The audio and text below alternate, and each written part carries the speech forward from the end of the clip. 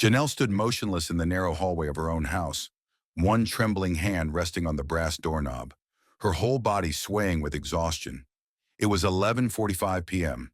She had been awake since 4 that morning. She had clocked into the hospital billing office at 6:00 a.m. and stared at insurance codes on a screen until 2 p.m. From there, she'd driven across town to spend 4 hours in a cramped cubicle at a fiber optic call center, apologizing to strangers for outages she hadn't caused.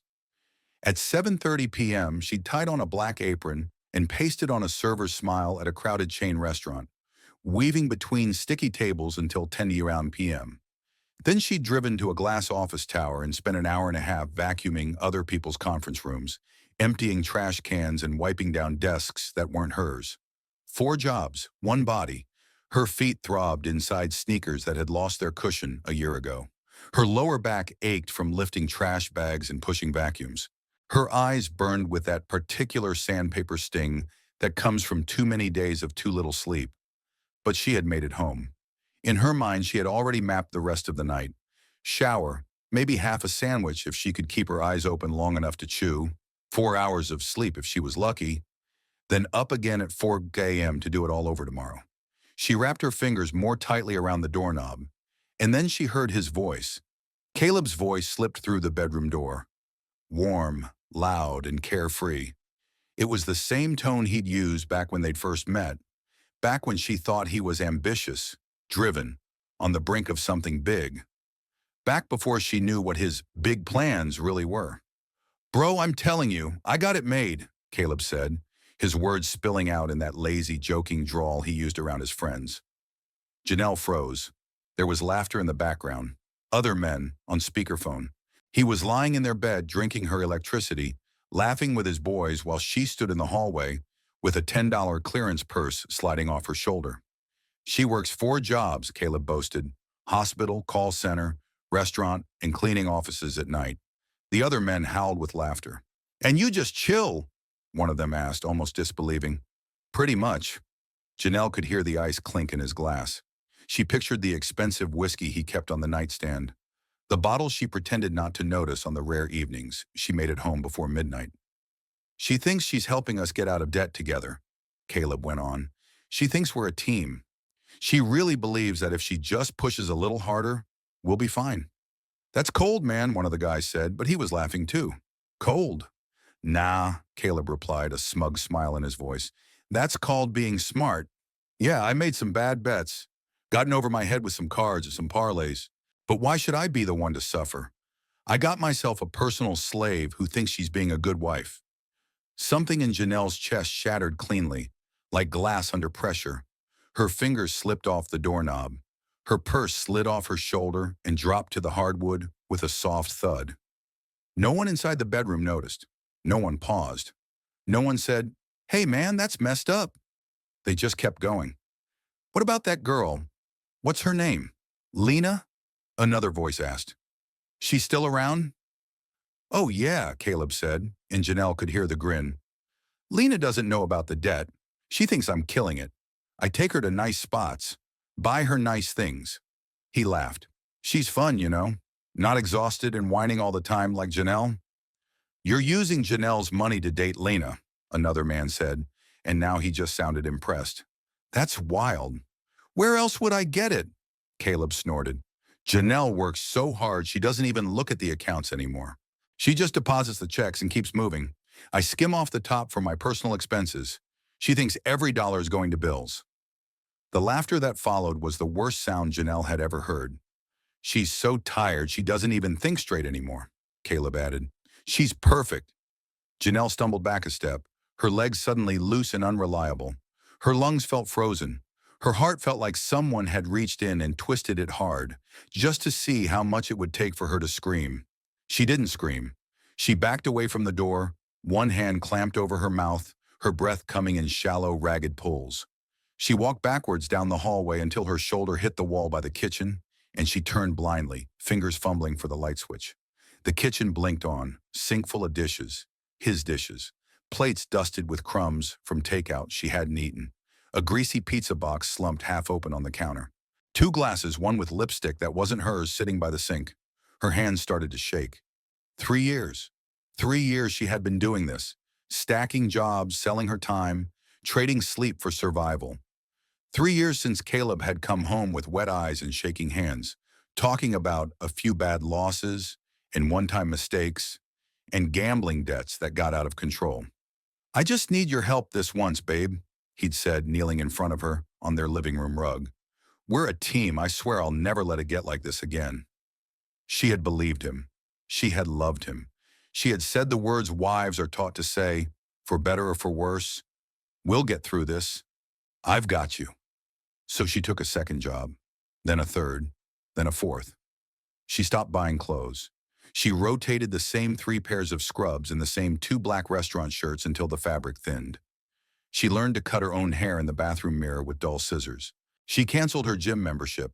She drifted away from book club, stopped saying yes to weekend brunches with friends, stopped driving to see her mom because gas had become a luxury. She had eaten stale ramen and peanut butter sandwiches while Caleb ordered delivery and talked about business ideas. And the whole time, he had been laughing at her, calling her his personal slave, using her money to wine and dine another woman. Janelle's fingers dug into the edge of the charcoal countertop. The granite was icy under her skin. She stared at the white cabinets she'd saved up for, one overtime shift at a time, the stainless steel fridge she had financed, the bar stools she had assembled herself, late at night while Caleb scrolled on his phone. Everything in this house, everything, had her fingerprints on it. Her overtime, her sacrifices, her choices, the mortgage, her paycheck, the electric, the water, the internet, the streaming services Caleb spent all day binging, her paycheck. The car in the driveway, her name on the loan.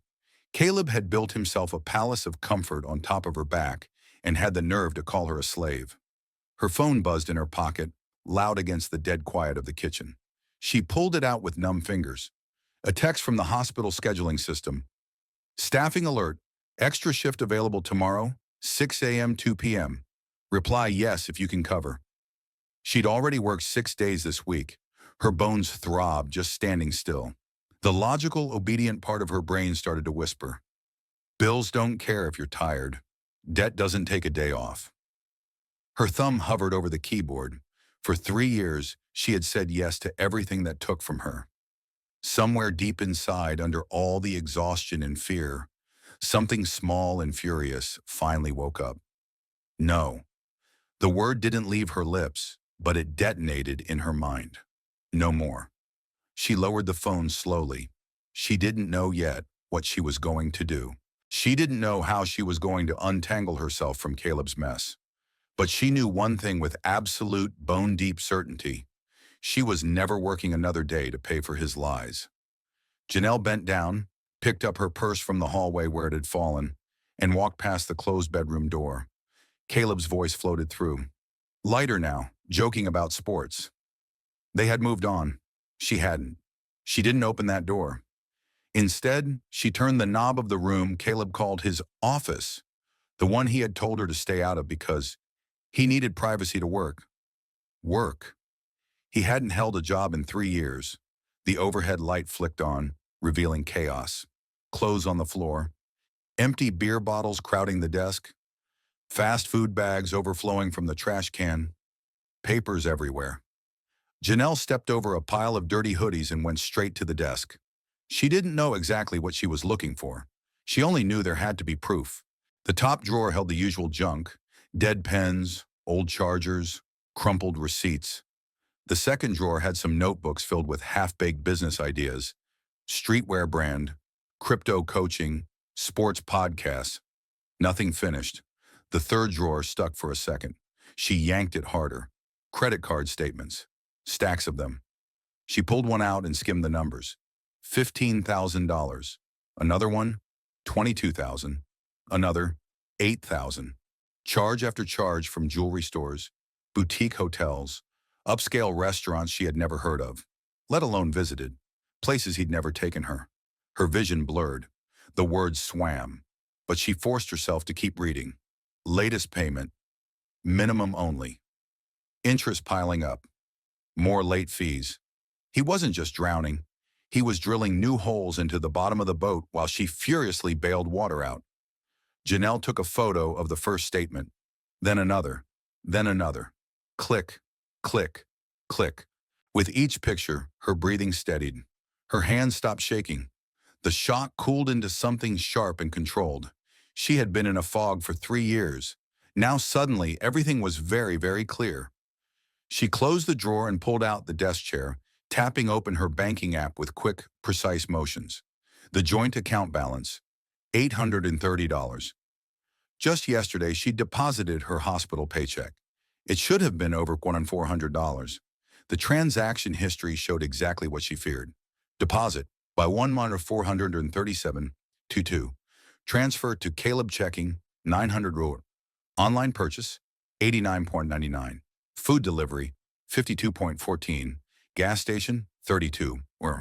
He'd already moved most of her hard-earned money out and burned the rest in 24 hours.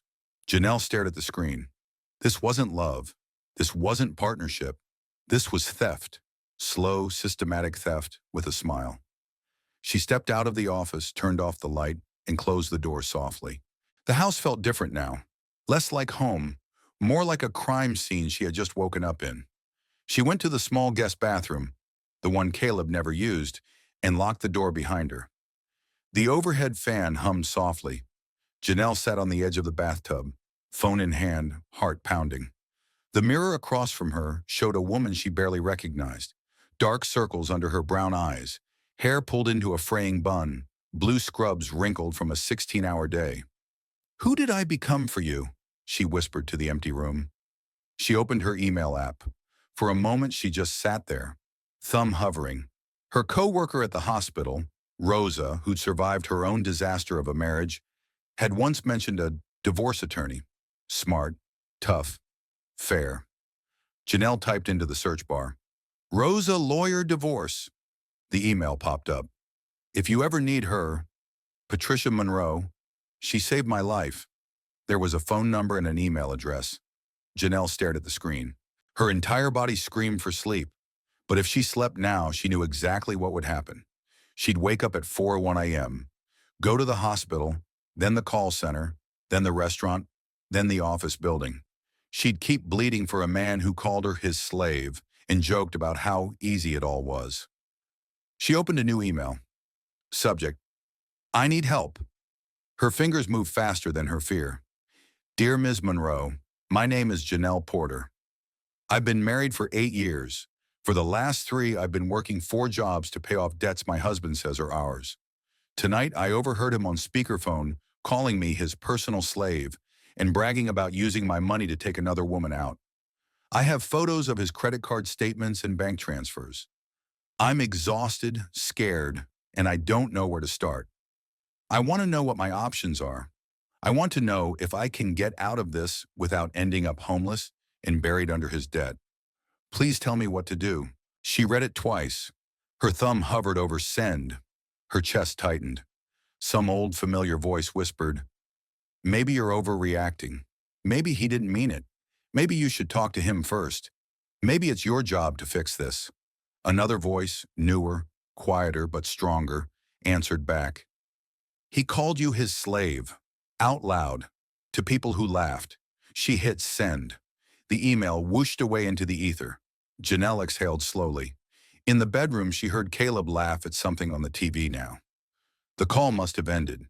He had no idea that the life he'd built on her back had just shifted under his feet. There would be no shower tonight, no sandwich, no 4 hours of decent sleep. At 4:11 a.m., her alarm went off. She rolled over on the guest bed, eyes gritty, bones aching, and reached for her phone. A new email notification glowed on the lock screen. From Patricia Monroe, attorney at law.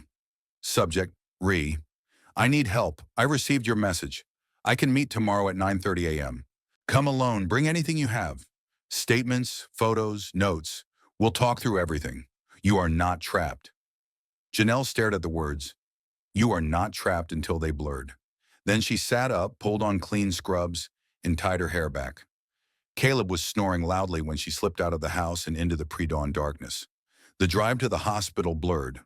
Her body moved on autopilot. Turn here, merge there, park in the usual spot. If you've ever worked yourself to the bone for someone who would never do the same for you, you know that feeling. Your body keeps going long after your heart has given up.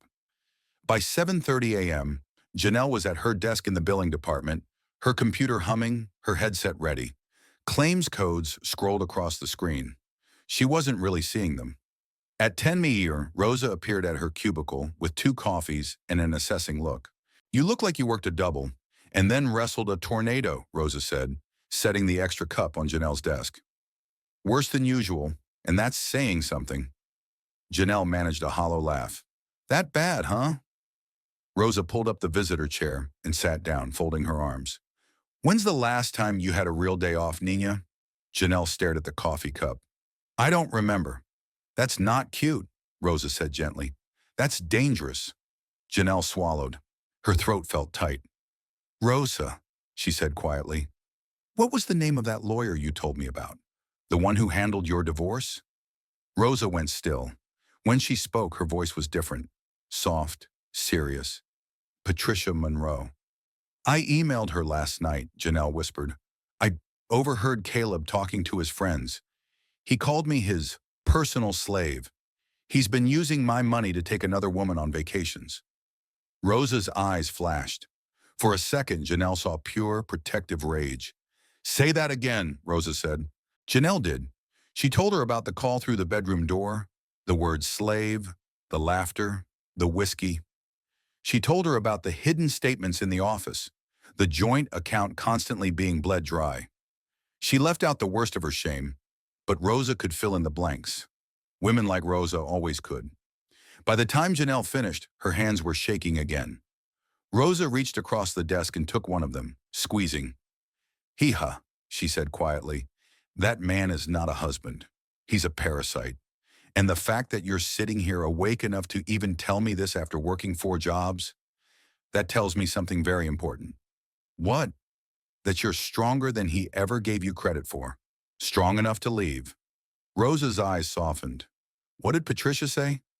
"She wants to meet tomorrow at 9:30. I'll have to call in sick." Rosa shrugged. "Call in.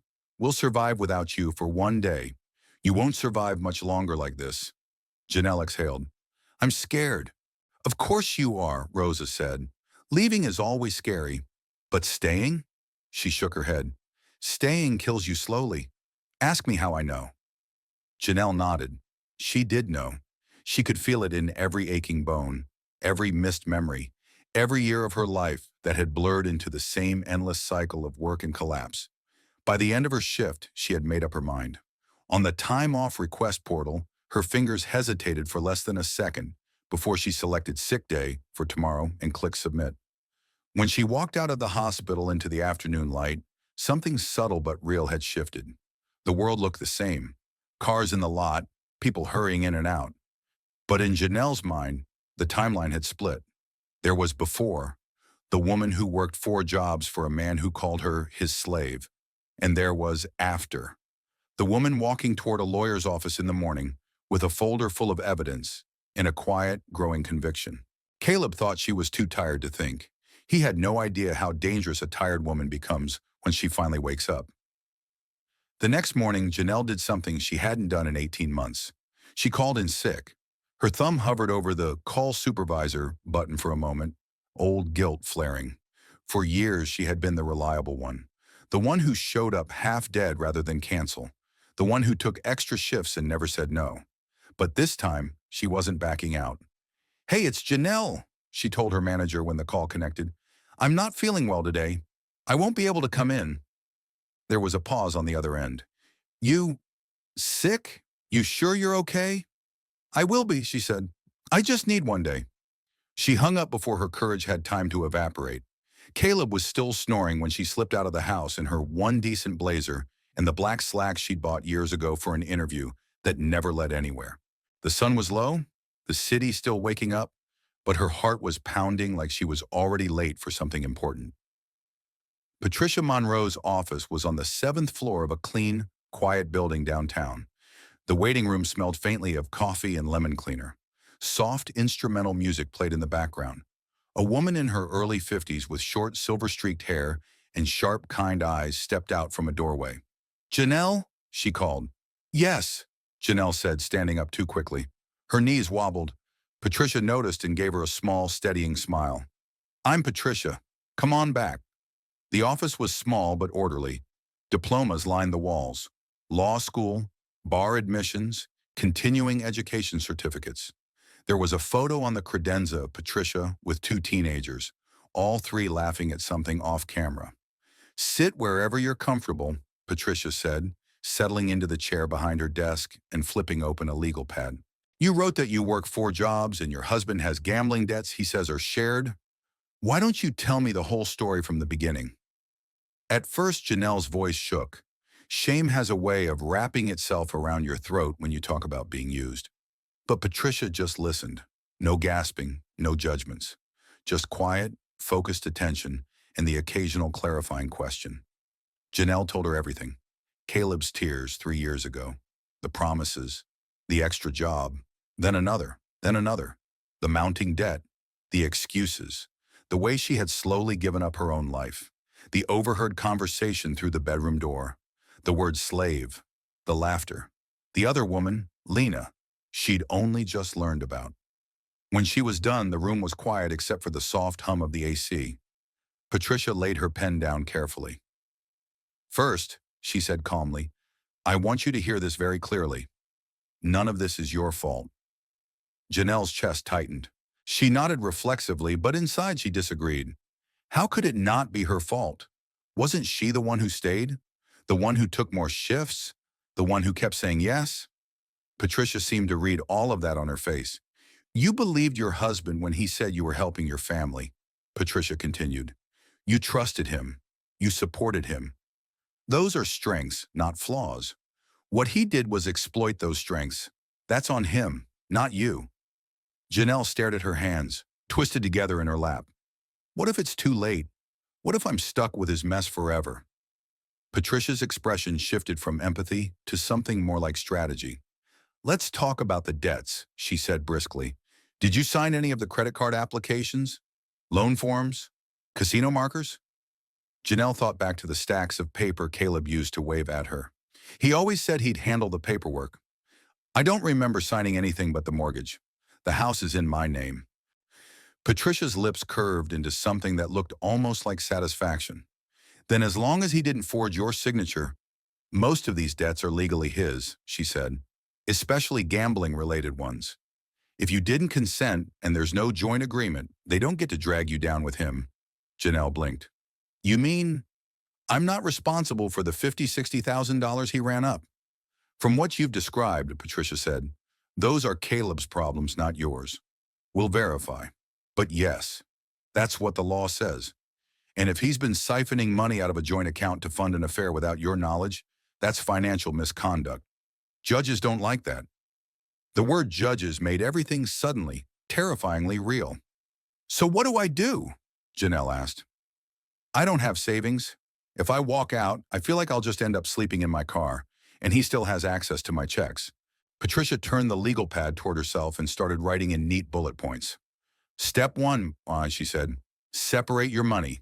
Today, you go to a bank, open a checking account and a savings account in your name only at an institution he doesn't use. Start depositing your paychecks there, not into the joint account. Don't tell him. He'll freak out when he notices, Janelle said. He will, Patricia agreed calmly. And by the time he does, we'll already be moving on step 2. Which is evidence. Patricia tapped her pen. You keep doing what you started last night. Photograph every statement, every transfer from your income into his account. Any receipts for jewelry, hotels, restaurants you never went to. Screenshot any texts or emails you can get that show the affair. Document dates, amounts, locations. Pretend you're building a case for a stranger sitting in front of a judge who doesn't know you. Janelle nodded slowly. She could do that. She'd been logging claim codes for years. Numbers and dates were familiar territory. Step 3, Patricia continued. Safety. Has he ever hit you? Threatened you? Janelle thought about that. Caleb had never raised a hand to her, but he'd raised his voice plenty of times. Twisted her words. Guilt tripped her into overtime. Turned every argument into a story about how she didn't understand him, didn't support him. No, she said, never physically, but he knows how to talk until I feel crazy. Patricia gave a small grim nod. That's a kind of abuse too. If at any point you feel unsafe, emotionally or physically, you leave. You go to your mom's, a friend, a hotel. You don't explain. You just go. But until you're ready to move, you don't confront him about any of this.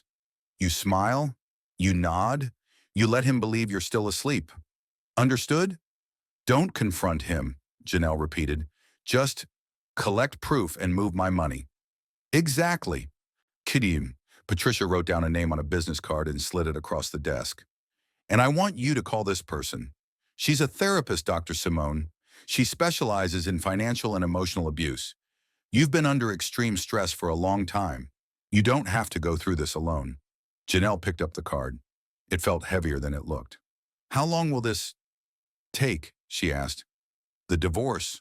All of it. It depends on how hard he fights, Patricia said honestly.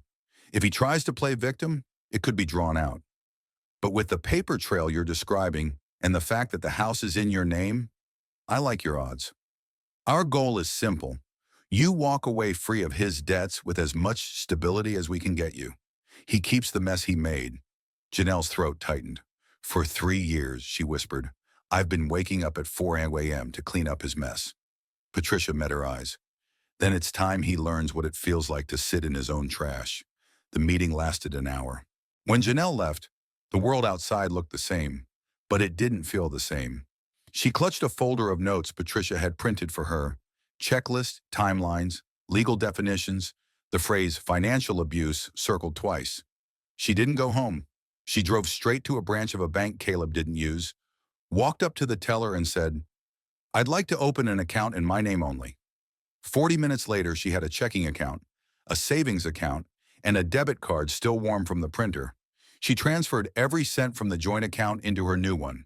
$830. Not much, but it felt like reclaiming something more important than money. Her time. Her life. That evening at home, she smiled when Caleb asked, Hey, can you transfer some money to the joint? Rent's coming up. I already paid it, she lied smoothly, heart hammering. I handled it earlier. He nodded, satisfied, and went back to his video game. He was so used to her handling everything, he didn't even ask for proof. Over the next few days, Janelle moved carefully, silently. She switched her direct deposits. She changed the password to her email and her hospital portal. She put a hold on new charges to one of the joint credit cards by calling the company and saying the card had been misplaced. She also made an appointment with Dr. Simone. The therapist's office was quiet, decorated in soft blues and grays. A diffuser sent a faint lavender smell into the air. I read the brief note Patricia sent, Dr. Simone said, once Janelle was settled on the couch. But I'd like to hear your story in your own words. Janelle told it again. The 4 jobs, the debts, the night she heard the word slave. The way Caleb twisted every conversation until she believed she was the selfish one for wanting to sleep, to eat, to rest. When she finished, Dr. Simone didn't ask why she stayed. She didn't ask why it took 3 years. She simply said, What you are describing has a name, financial abuse. It's a pattern where one partner uses money, exhaustion, and guilt to control the other. They run up debts, hide information, and convince you that you are responsible for fixing everything. They keep you so busy surviving that you stop questioning. Janelle's eyes stung. I feel stupid, she said. How did I not see it sooner? You weren't stupid, Dr. Simone said. You were hopeful. You loved someone who knew exactly how to use that against you. Abusers thrive in the dark and in the fog. Patricia is turning on the light. My job is to help you clear the fog. She gave Janelle homework. Write down every time Caleb guilted her, minimized her exhaustion, or twisted facts. Name the pattern when she saw it. It felt strange at first, paying for an hour to talk about herself instead of someone else's bills. But afterward, as she drove to her one remaining night shift at the office building, she realized something. For the first time in years, she was spending money on getting out of the hole instead of deepening it. A week later, Caleb tossed her his car keys on a Sunday afternoon. Can you clean my car? He asked, barely glancing up from his phone. It's disgusting. I'll give you $50. $50. From money he hadn't earned, handed to the woman already working herself to death. Old Janelle would have just done it, grateful for any chance to bring in more. New Janelle saw an opportunity. Sure, she said evenly. Leave it in the driveway. He grunted, already walking away. Outside, the afternoon was bright and hot. Janelle opened the trunk and started clearing trash. Gym bags, protein bar wrappers, empty water bottles. She went through the back seat next. More junk, more fast food bags. A receipt from a jeweler's store caught her eye. $489. 2 weeks ago. For a bracelet. Her stomach turned. She snapped a picture and put it back exactly where she found it. When she opened the glove compartment, a cheap Android phone slipped forward, tucked under registration papers. Caleb's phone was an iPhone. He guarded it like a dragon with its hoard. Janelle picked up the second phone carefully. The screen lit up without asking for a password. Her pulse roared in her ears as she tapped the Messages app. A thread labeled L sat at the top. She opened it. Hey, I miss you already, baby. Miss you too. Counting down till Friday. What time can you sneak away? Noon. I'll tell her I have a job interview. Does she really believe you? She always does. She's too tired to question anything. Poor thing, working all those jobs. Yeah, but it keeps her out of my hair and keeps the money coming in. The words blurred. He had joked about her exhaustion to the woman he was cheating with. Janelle scrolled up. Weeks of messages, then months, photos. Caleb and Lena at a rooftop bar. Caleb and Lena at a beach resort. Caleb and Lena in hotel rooms with white sheets and champagne. In several photos, Lena wore jewelry Janelle had never seen before. A bracelet, a necklace, earrings. The bracelet looked an awful lot like the one on the receipt she had just photographed.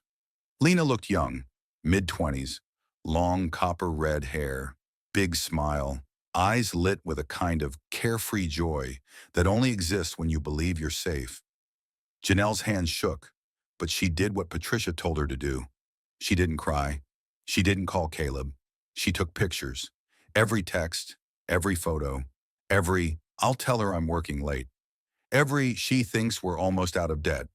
Every, I used part of her bonus to book the room. She'll never notice.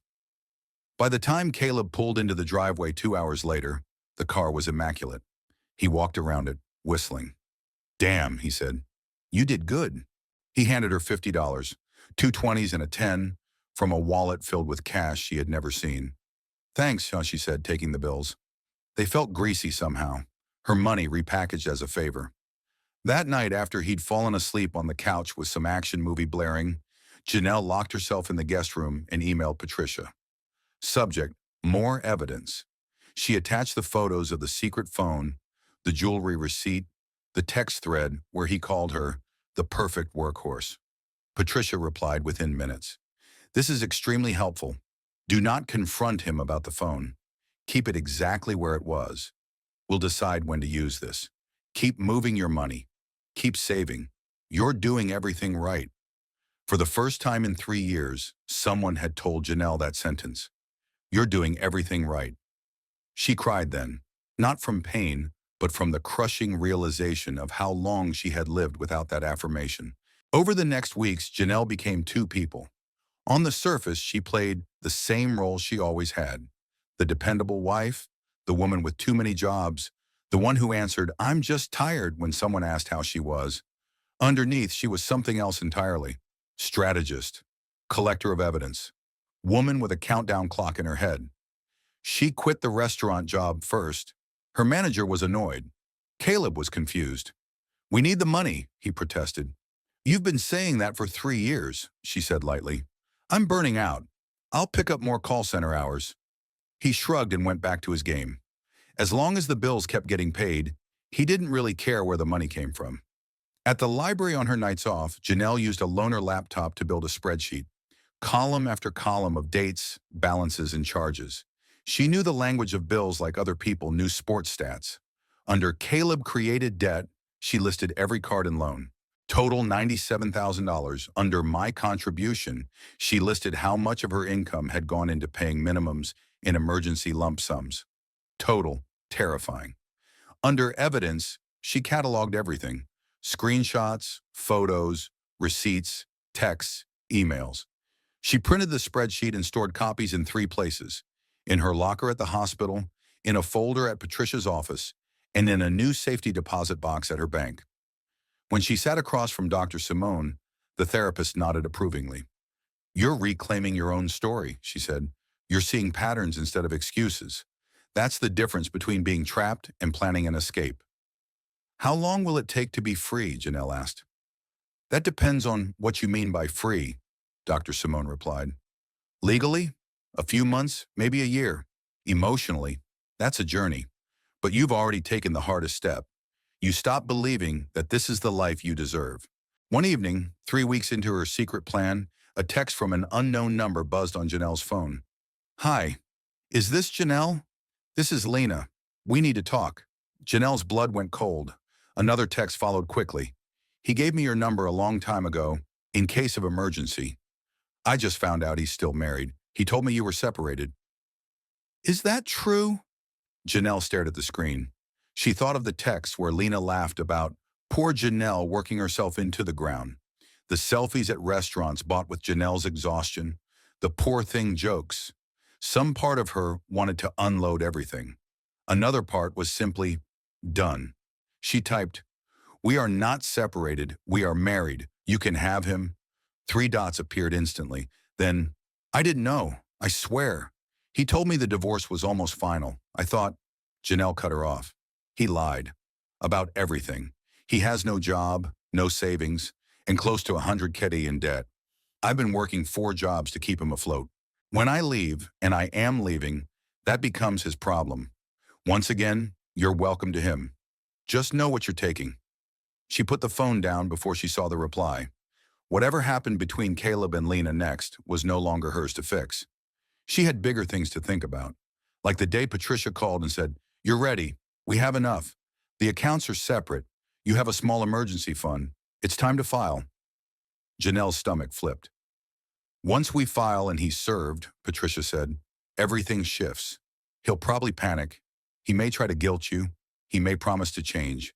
That's when all the work you're doing in therapy, all the evidence you've collected, will be tested." "How will I know when to leave?" Janelle asked quietly. Patricia didn't hesitate. "You already know," she said. "You're just waiting to be brave enough to listen." Janelle closed her eyes for a moment. When she opened them, the answer was there. "Then let's do it," she said. "File." And the day the divorce papers were ready, the sky was bright and deceptively cheerful. Patricia slid the envelope across her desk. "You don't have to be the one to hand these to him," she reminded Janelle. "We can use a process server. It's cleaner, less emotional." "I know," Janelle said, fingers resting on the envelope. "But I want him to hear it from me. Just once. After that, everything goes through you." Patricia studied her for a moment, then nodded. "If you're sure, remember your script. You are not here to argue or explain. You're here to inform. You can leave the moment it feels unsafe. Your mom's expecting you tonight?" "She is," Janelle said. Her mother had cried on the phone when Janelle explained, then immediately said, "Come home. The door is open. No questions asked." Janelle had packed a suitcase the night before. Essentials, documents, a few changes of clothes. The rest could be retrieved later, with a police escort if necessary. When she pulled into the driveway that afternoon, Caleb's car was already there. For once, he wasn't at the gym. Her heart kicked against her ribs. Inside, he sat at the kitchen table, laptop open, face pale. He looked up when she stepped in. For the first time in a long time, he seemed unsettled. "Hey," he said, trying for casual. "We need to talk." That phrase used to make her anxious. What if she'd done something wrong? Now it just sounded tired. "About what?" she asked, setting her purse on the counter. The envelope felt heavy inside. "Did you close our joint account?" he demanded.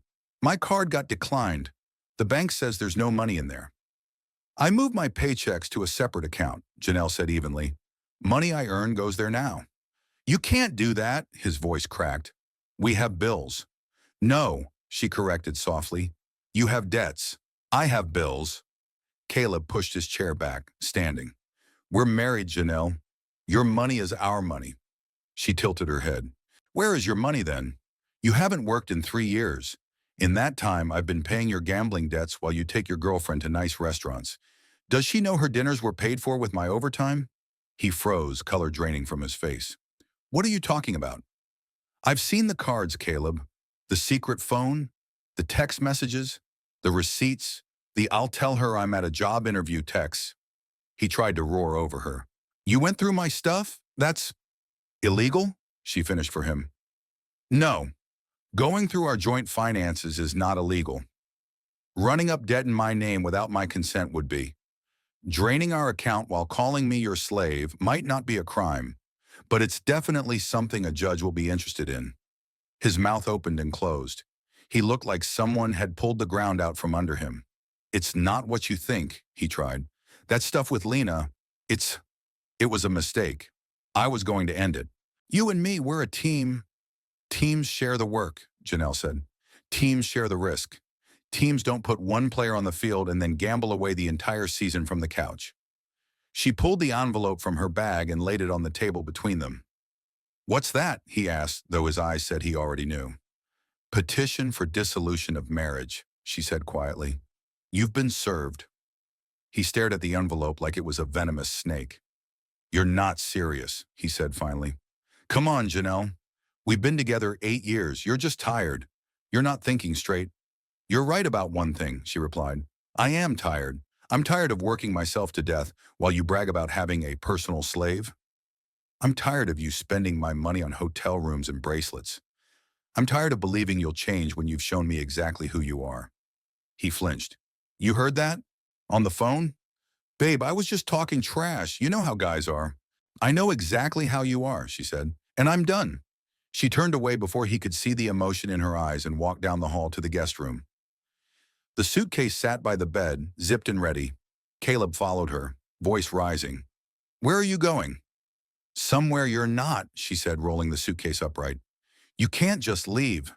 His tone shifted from pleading to angry. This is my house, too. She paused, then faced him fully. Actually, it isn't, she said. Your name isn't on the deed. You didn't qualify when we bought it because of your credit. My lawyer was very clear. I've been paying the mortgage, the utilities, the taxes. Legally, this is my property. You have 30 days to vacate. You can't kick me out, he shouted. You're being crazy. We can fix this. I'll get a job. Don't, she said quietly. Don't make promises you have no intention of keeping. You had 3 years to get a job. You chose not to. You had 3 years to respect me. You chose not to. I'm making a different choice now. She walked past him. At the front door, his hand shot out and grabbed her arm. For a split second, fear flared. Old fear. Not because she thought he'd hit her, but because for years he had been stronger in every argument. Let go, she said, voice steady. He released her instantly as if burned. Janelle, please, he begged. I love you. No, she said. You love what I do for you. You love my bank account. You love my exhaustion because it means I don't have the energy to question you. That's not love. That's exploitation. She stepped outside and walked to her car. Caleb stood in the doorway watching, face empty. Where are you going? He called again, voice small now. Home, she said, loading her suitcase into the trunk. This is your home. She closed the trunk with a firm click. It was, she said, until I overheard you tell your friends I was your slave. I don't live in a house where I'm considered property. She got into the car and pulled away. She didn't look back. In her mother's driveway 30 minutes later, Janelle sat for a moment with her hands still on the steering wheel, breathing like she'd run a marathon. She called Patricia. It's done, she said. I gave him the papers. I left. On the other end, Patricia's voice was warm. How do you feel? Janelle considered the question. Scared, she admitted. Shaky, a little sick, but also lighter? Is that normal? It is, Patricia said. Your nervous system is used to constant stress. Leaving that pattern feels wrong at first, even when it's absolutely right. Get some rest tonight. Tomorrow we'll talk next steps. Her mother opened the door before Janelle even reached the porch, pulling her into a fierce hug. You're here, her mother said, voice breaking. Thank God. Come in. I made stew. You're too thin. In the small guest room, Janelle set her suitcase down and realized she could hear nothing. No TV blaring. No controller clicks. No Caleb calling from the couch asking what was for dinner. Silence. It was terrifying. It was beautiful. Over the next week, the fallout began. Caleb blew up her phone at first. Please, let's talk. We can fix this. I'll sell my stuff. I'll go to counseling. You're overreacting. It wasn't that bad. You're heartless, you know that? After everything I've been through. Janelle read the first few, then blocked his number. When he started texting from other numbers, she screenshot the worst messages and sent them to Patricia. Good, Patricia wrote back. This shows his pattern. Guilt, minimization, manipulation. Hold on to these. They help your case. Then the calls from unknown numbers began. Is this Mrs. Ward? A man's voice asked one afternoon while she was helping her mom chop vegetables. I'm calling from Premier Card Services regarding a balance of $23,678. I'm not responsible for that account, Janelle said calmly. Those charges were made without my consent. My attorney can provide documentation. But ma'am, as his wife, soon-to-be ex-wife, she corrected. Contact my lawyer. Her name is on the petition he was served with. Good luck. She hung up and exhaled. Her mom watched her quietly. You handled that like a pro, she said. I've been dealing with bills for years, Janelle answered. I just finally learned which ones aren't mine to pay. A week later, there was a knock at the door of the apartment Janelle was now renting with the small savings she'd scraped together. A modest one-bedroom, but clean and bright. Her name alone was on the lease. She checked the peephole. Caleb. He looked rough, unshaven, dark circles under his eyes. Some of the cocky ease she'd fallen for was gone. She opened the door but left the chain on. What do you want? She asked. We need to talk, he said, echoing that day in the kitchen. No, she replied. We don't. Anything you have to say can be said to Patricia. I can't afford a lawyer, he snapped. You took all the money. I took my income, she corrected. You still have the debts you created. He scrubbed a hand down his face. The creditors are on me nonstop. They want 50 grand immediately or they're suing. They're talking about garnishing wages, liens. I just need help, Janelle. Just this once. Please, you know how it is. They don't let up. Something inside her, something old and reflexive, stirred. For years, I just need help had been her cue to put on a uniform and go to work. But that script was dead now. I know exactly how it is, she said quietly, because I lived it for 3 years while you called me your slave. I offered help over and over. You offered betrayal. We're done. What am I supposed to do? He asked, voice cracking. I'll lose the house. The judge will decide what happens to the house, and she said, but remember, my name is on the mortgage. I've been paying it. If anyone loses the house, it's because you bled it dry. He stared at her through the narrow gap, eyes shiny. Do you hate me that much? She thought about that. I don't hate you, she said finally. Hatred takes energy. I'm done spending my energy on you. She shut the door gently but firmly. She stood there for a moment, listening to him knock a few more times, then walk away. Her hands were shaking, but not from fear, from adrenaline and something like pride. I did it, she whispered to herself. I didn't fold. When she told Dr. Simone about it at their next session, the therapist smiled. That was a boundary, Dr. Simone said. A clear one. He's used to you solving everything. Now he has to face himself. Part of me feels bad, Janelle admitted, like I'm being cruel. Dr. Simone tilted her head. Who taught you that taking care of yourself is cruelty? Silence. Janelle exhaled slowly. He did, over and over. And now, Doctor, Simone said gently, you're teaching yourself something new. Months passed. Patricia updated her regularly. Caleb had responded to the divorce filing, claiming he'd put his career on hold to support hers and was requesting spousal support. Janelle burst out laughing when she heard. He really wrote that? She asked. He did, Patricia said, amused. Don't worry, we'll bury that argument in evidence.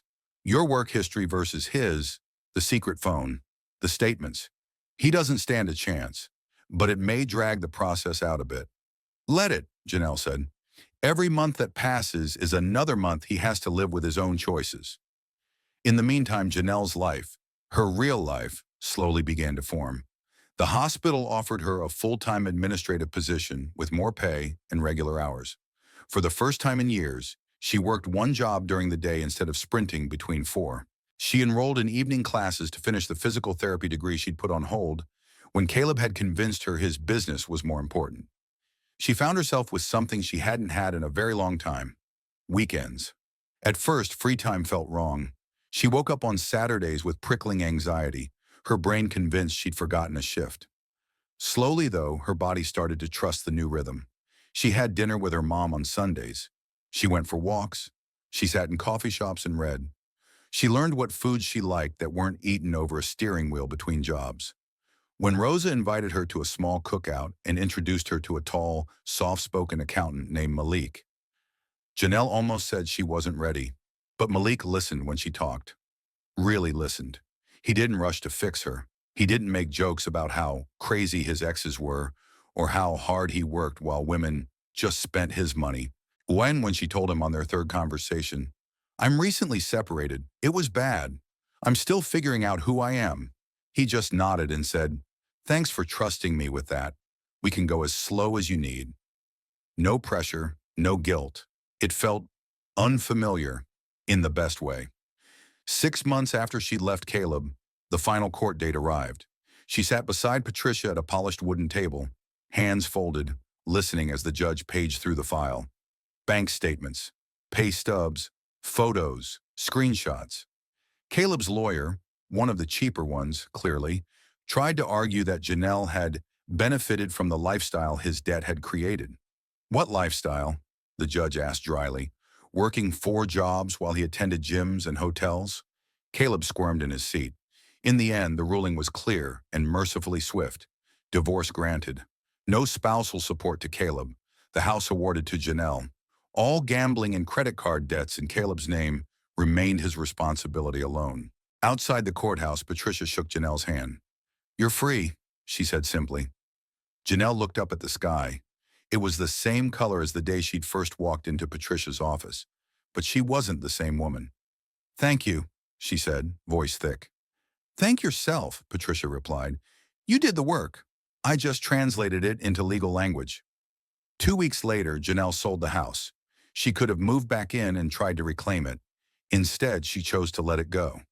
Too many nights of silent tears in that shower. Too many mornings stumbling out at 4 a.m. past a man who didn't bother to wake up. The sale left her with a modest profit, enough to pay off a few small remaining obligations, stash away a decent emergency fund, and buy a reliable used car that didn't sound like it might die every time she merged onto the highway. Everything else from that life, the old couch, the TV Caleb had spent thousands on, the bed where she'd spent countless lonely nights, she left behind. Let the bank auction them. Let Caleb fight for whatever he wanted. She was done carrying the weight of it. That night in her small rented place, she sat on the floor with takeout Thai food and her community college course catalog. Physical therapy, trauma recovery track. It sounded like exactly what she wanted to do. Because if anyone understood what it meant to rebuild from the ground up, it was the woman who had once been called a slave and walked away. 2 years later, a woman wearing a badge that read, Janelle Porter, PT, DPT, Trauma Rehabilitation, walked down the bright hallway of Phoenix Recovery Center. If you looked closely, you could see echoes of the exhausted billing clerk who ate in her car between shifts. The same determined eyes, the same quiet focus. But this version of Janelle moved differently. She walked like someone who owned her time. Her first patient of the morning was a man in his 50s recovering from a car accident. He was frustrated, snapping at everyone, convinced he'd never walk without a cane again. "Good morning, Mr. Alvarez," Janelle said, rolling in a cart with resistance bands and a portable step. "How's the leg feeling today?" "Sore? Useless," he grumbled. "What's the point? I'll never get back to where I was." "I hear you," Janelle said. "It's hard to believe in progress when you're stuck in the middle of it. But I've seen people come back from worse. Not just their bodies, their lives." "You sound very sure," he muttered. She smiled. "Let's just say I've done some rebuilding of my own." By lunchtime, she'd guided 6 patients through exercises they hated in the moment and thanked her for later. Her co-workers knew she was good. Patients who refused to work with anyone else somehow leaned in when Janelle talked. She had a way of breaking difficult tasks into manageable steps, of saying, I know this hurts, but look at what you just did at exactly the right moment. People opened up to her in ways that surprised even her. A teenage girl recovering from an assault whispered one afternoon, I don't feel like I'm just a body when I'm here. You talk to me like I'm still a person. That's because you are, Janelle said. Your injuries don't define you. What you do next does. On her desk in her small but bright office sat three framed photos. Her mother laughing and holding a bowl of potato salad. Rosa raising a glass at Janelle's graduation party. And Malik grinning as he held up a key on the day they'd moved into their shared townhouse. They had taken it slow, exactly as he'd promised. Months of dinners, conversations, and check-ins. Therapy had taught Janelle how to listen to her own discomfort, to notice red flags where she once would have made excuses. With Malik, there were no flags. When she said, I need a night to myself, he didn't sulk or pout. He said, okay, want me to drop off food and then leave you alone? When she got a promotion, he celebrated instead of feeling threatened.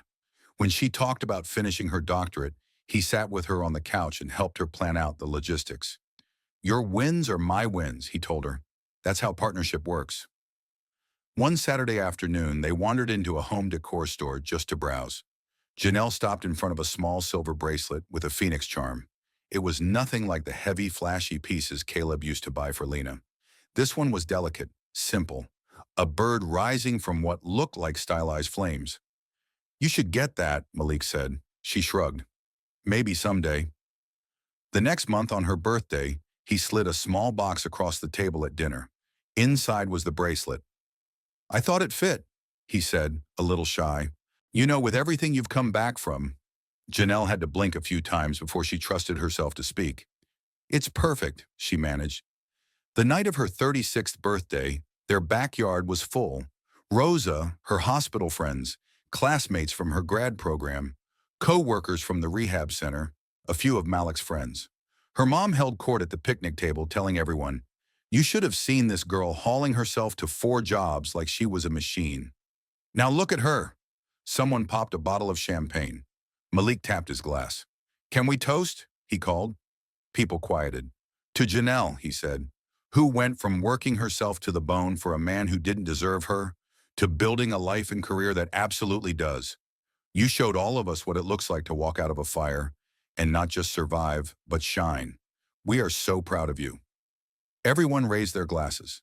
Janelle's eyes blurred again. She looked around at the faces, people who had met her at different stages of her journey, people who knew pieces of the story, and people who knew the whole thing.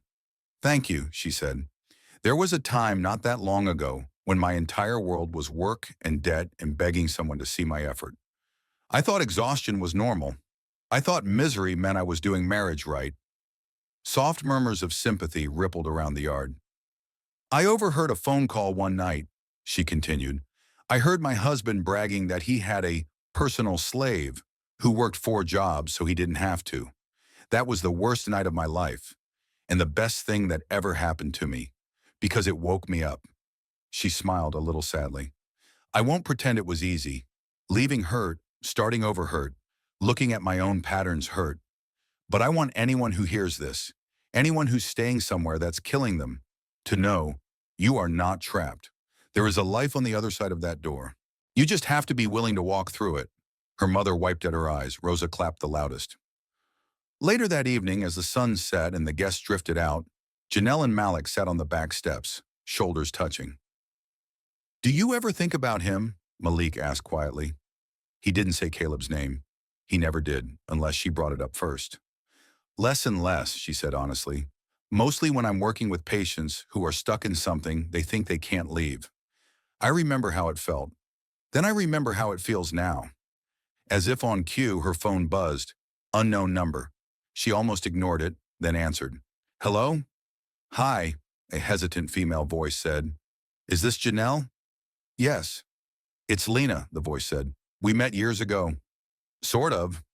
Janelle's chest tightened, but not with anger. Just curiosity. What can I do for you, Lena? She asked. Lena exhaled. I saw your name on the rehab center website. I've been in PT there for my knee, and when I realized it was you, I almost canceled. But then I thought, maybe I should say this. Go ahead, Janelle said, leaning back against the porch post. I'm sorry, Lena said quietly. For my part in all of it. I didn't know the full story. I believed him when he said you were separated. When you left, he spiraled. He started coming to me, crying, asking for money to cover debts. I almost gave it to him. Then I remembered what you told me in that text. About the debt, about him never changing. Her voice shook slightly. I broke it off, she continued, blocked him, spent the next year in therapy trying to understand why I was okay with being lied to if it meant free dinners. I just want you to know, I didn't walk away untouched. I got burned too. But I'm getting better. Janelle let out a slow breath. Thank you for telling me, she said. I won't lie. There was a time I wanted you to suffer like I did. Now, I just hope you don't make the same mistake twice. I won't, Lena said. And seeing where you ended up, it gives me hope that I can end up somewhere better too. After they hung up, Malik raised an eyebrow. Lena, he guessed. Yeah, Janelle said. She apologized, took responsibility, said she's in therapy. How do you feel about that? He asked. Honestly, Janelle considered, like the story is finally all the way in the past. He was just one chapter, a bad one, but not the whole book. A few weeks later, Janelle ran into Caleb in a grocery store. She turned down the baking aisle and almost collided with a cart. He looked up. For a second, they both froze. He looked older, thinner. The easy charm that used to slide off him like cologne had faded. His hair was a little too long, his clothes a little too worn. Hey, he said finally. Janelle. Caleb, she replied, tone neutral. How are you? He asked, fumbling. I'm good, she said. Really good. I know I heard you're a physical therapist now, he said, and you bought a house. I did, she said. I love my job. The house is nice. Quiet. He nodded, eyes flicking to the bracelet on her wrist. That's great. I'm happy for you. Thank you, she said. He swallowed. I got a job too, working in a call center. It's not glamorous, but it pays something. I'm still, paying down everything. Sounds like a start, she said. There was a long pause. I wanted to say I'm sorry, he blurted. For real, not the I'm sorry you're mad stuff. I mean, I treated you like a resource, like an ATM that cooked and cleaned. I talk about you in therapy sometimes. My therapist says I used you like a shield against my own consequences. I don't expect forgiveness. I just wanted you to know I see it now. Janelle looked at him. 2 years ago, she would have clung to this moment, replayed it, dissected it, wondered if it meant she'd been right to leave. Now it just felt small. I accept the apology, she said, but forgiveness is complicated. I don't think about you very often, Caleb. You're not relevant to my life anymore. That's the real truth. He flinched slightly. I guess I deserve that. You deserve to face yourself, she said. What you do with that is up to you. She pushed her cart past him. At the end of the aisle, she glanced back once and saw him standing where she'd left him, staring at nothing. That night, sitting on the couch with Malik, she told him about the encounter. Did it shake you? He asked. No, she said, surprised at her own answer. It felt like running into someone I went to high school with. Familiar, but not part of my present. Malik smiled. That's because he's not. Soreninum. On the second anniversary of the night Janelle stood in the hallway and heard the word slave through a bedroom door, she stood in her kitchen, in her house, stirring a pot of soup on a stove she had bought with money from a job she loved. Her mother sat at the island, flipping through photos on her phone of Janelle in her white coat at graduation. Malik was assembling a bookshelf in the living room, muttering at the instructions. Remember when you thought working 4 jobs made you a good wife? Her mother said gently. Janelle smiled wryly. I remember when I thought needing help made me a bad one.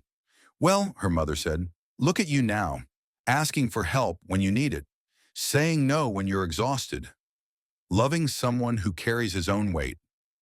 It's wild, Janelle said quietly. Caleb thought calling me his personal slave made him smart. But honestly, that sentence freed me. If he'd kept his mouth shut, I might still be there. Her mother nodded.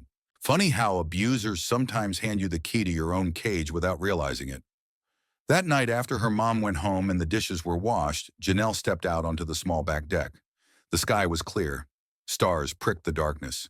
She thought of the woman she had been, standing in that hallway with a dead purse strap sliding down her arm, hearing men laugh about how easy she was to exploit. She thought of the woman she had been 6 months later, sitting in a small apartment, eating noodles on the floor, terrified and exhilarated after her divorce had been finalized. She thought of herself now, therapist, homeowner, partner, daughter, friend. Not a savior, not a slave, just a person with a life she had chosen. Once upon a time, Janelle believed revenge would heal her. She had imagined Caleb losing everything, imagined him begging, collapsing under the same crushing weight she'd carried. What actually happened was quieter. He suffered. The debts caught up with him. He learned maybe, or didn't. But it turned out that was not the part that mattered. The real justice was this, that she had stolen herself back. Her time, her money, her future. Caleb had bragged that he'd got it made because he'd tricked someone into being his unpaid labor. But in the end, the person who got it made was the woman who walked away, built a life that didn't require her suffering as payment, and refused to ever again confuse being used with being loved.